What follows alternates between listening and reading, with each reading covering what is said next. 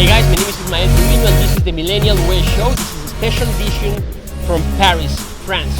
We decided to come here because the French Academy and the French scientist community is very concerned about the use of autonomous killer robots. What's this? Well, these are little weapon machines that think by themselves with artificial intelligence, and they decided without any ethical decision to end up with the life of a human being. Our guest is a Peace Prize Nobel Award winner. Her name is Jody Williams, and she have won the Nobel Award, the Peace Prize Nobel Award, because she made it back in the years ago. She ended up with the use of landmines worldwide, and right now her mission is to ban the use of autonomous killer weapons. This is the interview. Mrs. Williams, thank you very much for your time. It's an honor and a pleasure to have you today on the Millennial Way Show. Thank you for having me. Mrs. Williams, how real is this so-called autonomous killer machines? It is terrifyingly real. If it weren't, we would not have started the campaign to stop killer robots. For example, Israel is already using autonomous tanks on the border with Gaza. In South Korea, they have autonomous sentries, watching the border. That's real. So we do not want to see more of this, and that's why we started this campaign. Mrs. Williams, you won the Peace Prize Nobel Award for banning or prohibiting the using of landmines back in years before.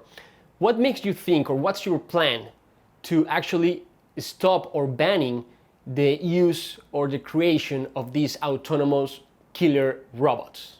We're using the same model. The model is a global civil society campaign of independent NGOs to put pressure on their own individual governments, and finding through that pressure champions of a ban treaty. We already have 28 countries who support a ban.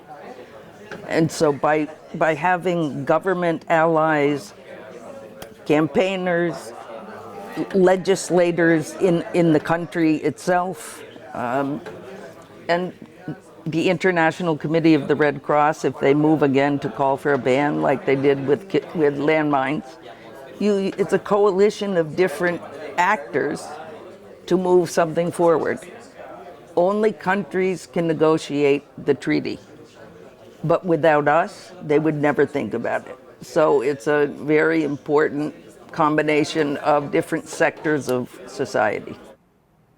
But Mrs. Williams, what makes you think that the military worldwide will stop of using these powerful machines, these powerful autonomous killer robots? Why will they stop using them? That's why we want to stop it. I mean, they're already capable of doing that. We do not want a machine to have the ability to kill a human. The laws of war were written by humans for humans. They were not the laws of war written for killer robots. When I found out about this, I was horrified that human beings were willing to throw aside morality, throw aside ethics, and believe that it was okay to create weapons that on their own target and kill human beings. It gave me disgust. And then with that, I felt like we had to do something, and we got together and we started the campaign. Mrs. Williams, we have interviewed in the past in this show several different robots, autonomous artificial intelligent robots. And well, they look pretty friendly. They look pretty, educated, friendly machines. But I don't know, somehow you're telling us, you're showing us, revealing us the other side of these robots. Let's say the evil side. Am I correct? Well, to me, it's obvious. If companies with artificial intelligence, etc., decide to work with the military, they are making a decision to push forward the evil side of artificial intelligence and robots. However, I don't think that artificial intelligence and nice robots are necessarily that nice. Many, many people are being put out of work because robots are now being used to put together cars, for example. I just read an article that Walmart is introducing robots to get rid of humans. Is that good for society? I still want to ban the killer robots, but I think that people are just, it's immoral to me that a company wants to make so much money that they're willing to put people out of work and put in a robot. It's all about money. And I keep wondering, if you put everybody out of work, how are they going to buy your stuff? Because they don't have a job. Mrs. Williams, do you feel optimistic or pessimist in this fight against these autonomous killer robots?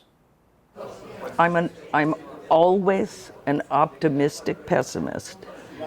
I believe change happens. I believe when enough people care and do something, marvelous change can happen in the world. I'm choosing at this moment to be optimistic. Mrs. Williams, American activist since the Vietnam War and also winner of the Peace Prize Nobel Award, was a pleasure and an honor to have you today on the Millennial Way Show. Thank you very much. Well, I really hope you like this interview with Jody Williams, American activist since the Vietnam War and also Nobel Peace Prize Award winner. Her thoughts, her concerns are very, very important to consider worldwide, and that's why we had her today on our show. My name is Ismael Trevino, and this is the Millennial Way Show, empowering the new generations.